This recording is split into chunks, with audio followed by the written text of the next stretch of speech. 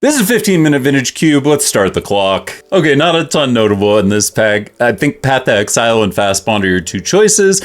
When it comes to a generic piece of really good removal or a card that I can build around, I'm taking the card I can build around, so Fastbond's an easy choice for me here. Then we're immediately rewarded with Time Twister, which is amazing with Fastbond. Dump all your lands, get a fresh 7, dump all your lands again. And rewarded again, we're just going to take an upheaval here. It works really well. As long as your opponent isn't off to a blazing fast start, Fastbond enables you to dump all your lands after an upheaval. An upheaval. Here, I think this is a legitimately tough pick. We're between 6, Lorien Revealed. You can always take a Boseiju just for value or a Time Warp.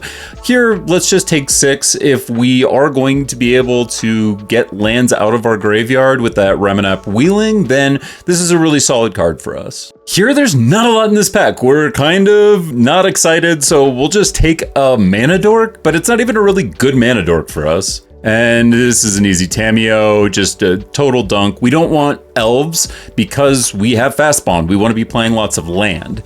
And here we are a really tough pick between a Sentinel, which is great, or some fixing. Here we're just going to be responsible and take the fixing, knowing that we don't really care about getting off to fast attack starts. We'd rather have a good mana base, even if it hurts. And an Autumn just to play more lands. Wheel Alert, we do get Botanical Sanctum back, which is in our colors. The rest of the pack's kind of nothing. We get a Boseiju, we get some potential graveyard hate, but here I want to pause for a second because we have kind of a tough pick. We have Force of Will, which is really good at protecting maybe some combo elements that we may get. We have Hull Breacher, which is in our colors and is really effective. And then we have Bowmasters, which is arguably the better card to pair with Time Twister. Hull Breacher is fine, but Orcish Bowmasters just does work on its own. It requires no setup. Here, I don't think that we necessarily want to get into another color, so I'm happy taking the Hull Breacher, and as easy as it would be to splash Bowmasters, I just don't want to get into black yet. Here, not a great pack for us. City of Traders is kind of a non-bow with Fastbond. So I guess we just take Urza here. I don't really know if this is the correct pick, but it does get us on board, which is something that our deck isn't really doing yet, and gives us an outlet to spend all of this mana on. Another kind of meh pack. We don't really want a Gadgeteer, so we'll just take a Daze. We can't dump our lands back out, so that's fine. We take a Treachery because creature-based decks might give us problems, and a Bayou out of a pack that literally has nothing for us. We get an Echo, which is a great sign. We could still potentially be a wheel deck. Here, this is kind of a low-stakes pick, but there are some cards in here that are technically playable. Ancient Tomb would get us a little bit of ramp, but if we're playing Fastbond, we don't really want to hurt ourselves. Portal of this deck might be able to hardcast, and Oddity is a good attacker, but with an Indatha Triome in the pack and a Bayou already in the sideboard, maybe we get a black card that we want to play.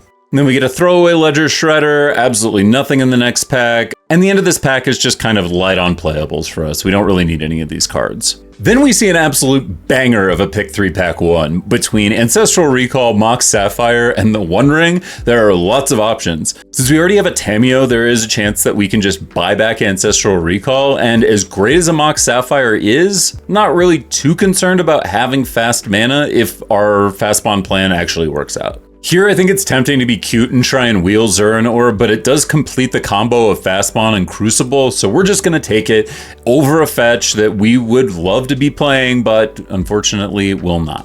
I think it's really tempting to go, oh look, we got our fetch after all, but there is an LED in this pack, and it works really, really well with Echo to be able to discard your hand, then cast Echo, and just Time Twister in general. So I don't want to be known as the channel that passes fetches, but here I think LED is just a better card for the deck. Brazen Borrower just gets us a little interaction.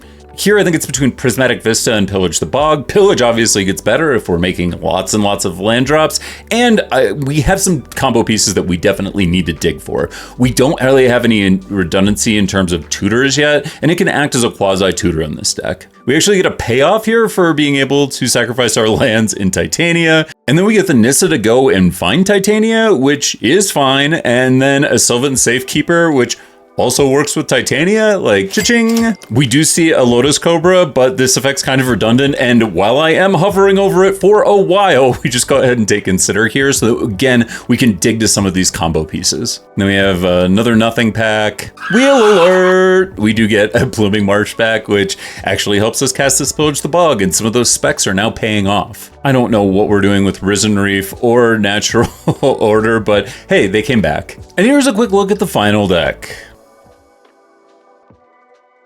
Match 1 is against Hippie Freak. We keep kind of a mid-hand. We could just LED right off the bat and Echo, but instead we choose to play it a little more cautiously, which is bad because they have a turn 2 Questing Beast. We do an way too early Pillage the Bog, and then we get aggressively Besejud. We do decide to do Echo of the Eons, and we get a new hand with some action in it. We have a Time Twister and Zurin Orb, so we're really close to the combo. If only we have a little bit of time to help pull it off. Unfortunately, they're going to be able to play a Titan off of Fanatic of Ronus. We do some more Time Twistering, and we even Ancestral ourselves. We're in a position to Beseju their Titan before attacking, but doesn't get there. Next game, we just start off with Mana Dork into a 6. They again have turn 2 Questing Beast, which seems like our lot in life. Fortunately, we do manage to get a Hull Breacher down. They're doing Palantir things, which nets us some treasure. And then fortunately, we get a pretty decent Echo. Off that Echo, we can upheaval and kind of take over the game again. And you have to love being able to stabilize at 1 life and then run out everything. Game 3, more Questing Beasts. What's new? They go ahead and use a Terra Sunder early on an Augur of Autumn, which I don't know. Is that correct? I don't think so. We get a Titania out, and Titania does Titania things. Basically, we could just make as many 5/3s as we want. Feels great. And we get Exaxes on the crackback. Again, they Beseju. Why with the infinite Besejus? Doesn't matter. We're going to make every elemental that you've ever seen, and boom, we do the math. Yes, that is Exaxes.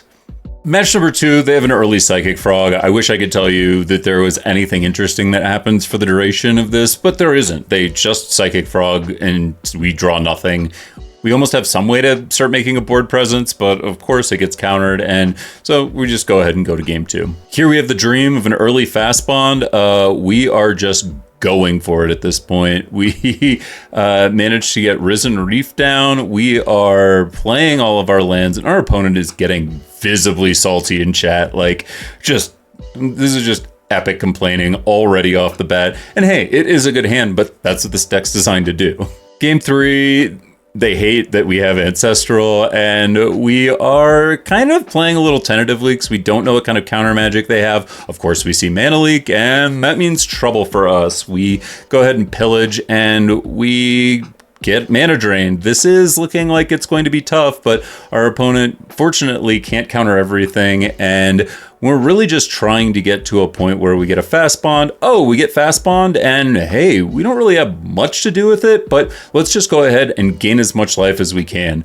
Our opponent does take this time to stall pretty badly, and so while I'm doing this, I go ahead and like edit out like the minutes that they just decide to like sit and not do anything, but honestly, like, hey, we're not presenting any threats, so they don't have to concede. I want to get to a point where I feel like my life total is out of reach for them, knowing what kind of deck they have, and I want to be able to set myself up to be able to do something off of this Time Twister. We get even more salt in the chat. They're just like, really not feeling this, and so we just go ahead and file a stalling report. This is something you can do if your opponent is violating the terms on Magic Online.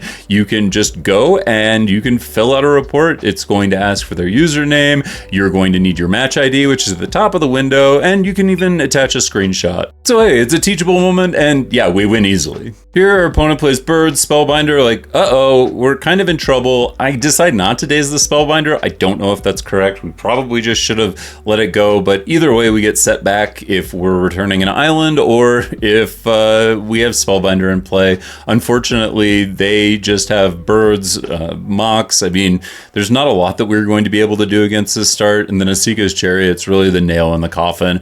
Fast starts like this are really hard for this deck to deal with unless we combo early, which of course we do not. Game 2, we have a considered, all of us go and dig for stuff. And we also are going to cast Crucible. They Mystic for a Calder Complete, which feels like trouble. So when they Tribal Flames, we just get them to tap out so they can't cast the Mystic. We get Titania down, which maybe can do something. I don't know. Are we going to create tokens and jump? We're not exactly sure, but we get 6 down and we go to town. We tap out everything for an Upheaval. Upheaval doesn't feel great because they have fast mana, but we can rebuild really quickly. So now it just is like, well, how much can we do? And so we start trying to get some action off of our buddy Urza. We do manage to flip Tameo, and it's just a matter of like, we rebuild way faster than they do, get some cool combos going. We have double elementals out, so Risen Reef and Nissa are doing the best that they can.